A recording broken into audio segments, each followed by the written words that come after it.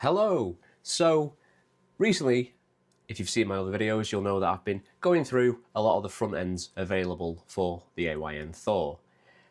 And then I stumbled across this. Now, it's currently not natively supported on the Thor, it does work, but it's only a single screen launcher. I do believe there is an update which will incorporate the dual screen. Not sure of a release date of that. This is possibly the most interesting front end I've used. It's not your traditional front end, it's not game focused, it's just app launcher focused. It's kind of hard to describe, so I'll just get straight into it. If this is something that you'll enjoy, I will leave a link to the GitHub in the description. It's unique, is the best way I'd describe it. So this is Trinket OS. So I've just done a clean install of this. So what this is, it's a front end that's kind of aping like a classic computer terminal. But unlike most ends, this one has its own lore. So you'll see on the GitHub, there are chapters. That's how they're marketing the releases, as chapters. So by default, we have my device and recycle bin, so I can get my usual folders in here. We've got these icons at the top for navigation. I've got some buttons down here, which I believe, so I can see that's an SD card. I don't have an SD card. Bluetooth, so I can reach the Bluetooth menu there. Got the Wi-Fi to access the internet.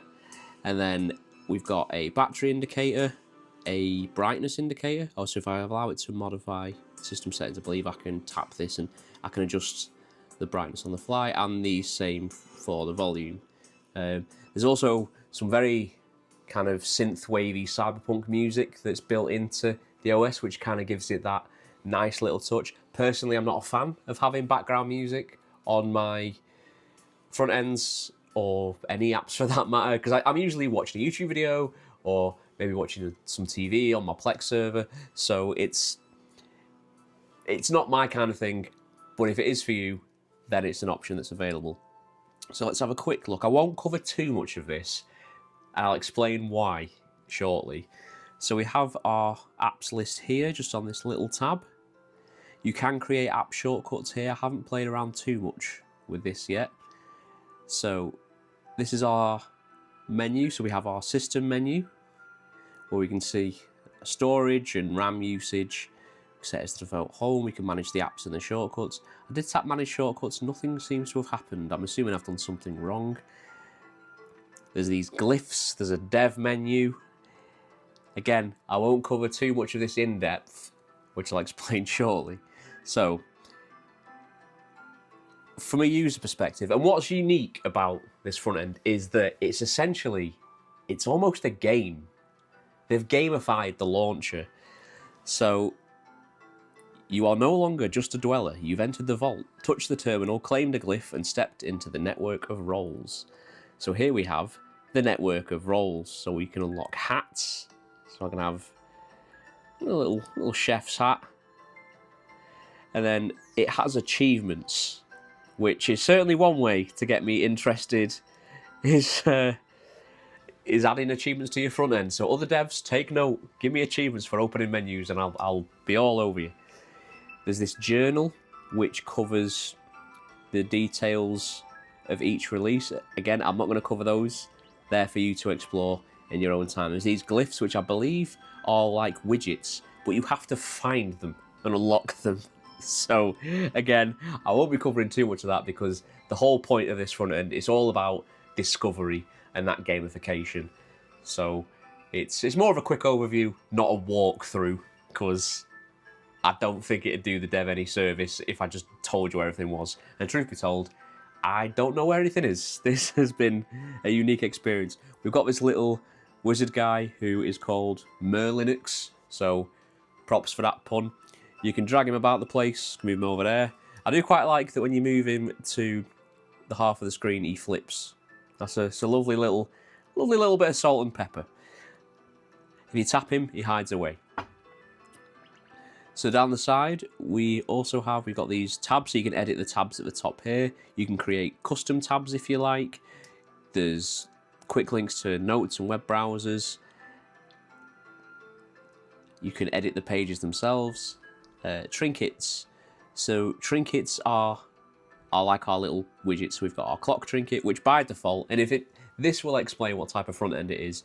The default clock is displayed in Roman numerals, so I believe it's currently 12 minutes past 9 GMT. I think. Could be wrong. So, very gimmicky, but you can tap here and then change it to... Oh, I was right, 9:12, 9:13 now. So, you can change it to segmented or kanji if you can read kanji. I cannot, so I'll stick with good old Arabic numerals. They've done me well so far. You can hide the minutes, you can change the divider. There's a lot of these kind of little touches that I do like. We've got the calendar trinket, wherever that is. Oh yeah, it's right next to it. So this is the calendar. I believe it's is it binary calendars? Is it just how to display? So I think that's February. Hang on, that can't be right. No, it's Friday. Ignore me. It's been a long day. That's not what the 5's supposed to be. Because it's January. So, Friday the 30th. So there's different ways to play around with it. It's interesting. Or you can just show the date that way. There's these user trinkets. So that's my little hat up here. So I've not set a username yet. So that just takes me back to the user tab. There's all sorts of stuff to play around with. There's beacons. I have no idea what this does. This is all part of that kind of gamification that they're going for. There's a moon trinket, there's a zodiac trinket, which will tell you the sun and the moon. I'm not someone who follows astrology, I'm a man of science. But if you are someone who follows astrology, then you'll probably understand what that means. I do not. For Sprite, we have Merlinix, the terminal wizard. We also have, I think he's called Robert. We choose characters. We've got Robert the robot. Robert the robot. You tap in, he goes to sleep. He's cute, but I like Merlinix. So he can sleep on certain times. You can set the opacity, so he can fade away like a distant memory, or no, he's back. We can also change the tint if we want him to be a blue wizard or an electric glow wizard. Matches the UI. Very nice. These taps. So again, this is all related to the gamification of it. So it's not a full guide on how to use this because I barely know how to use it, truth be told. I just thought I'd show it off a little bit because it's so intriguing and so unique.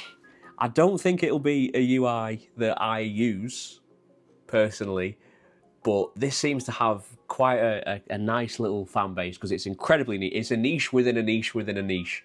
So if this is something that appeals to you, then by all means check it out. It is completely free. It's available on GitHub. Like I said, I'll post the link down below.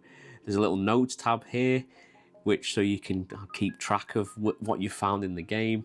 You've got some links in here with some credits. By all means, if you do enjoy this, make sure you check out the links and support the developer on Ko-Fi.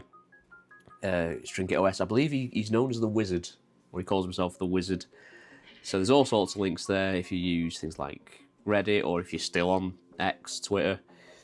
Godspeed to you. There's also Mastodon if you're a real nerd.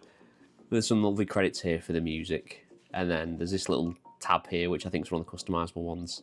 So that's just a small overview of TrinketOS. I will keep tinkering with it. It's so intriguing, like I said. Feel free to drop comments to give me little hints. Although I will say, with this being a game, please don't spoil anything in the comments. Consider others. If you like this video, I'd appreciate a like and a subscribe. Tell your friends, and as always, I will see you in the next one.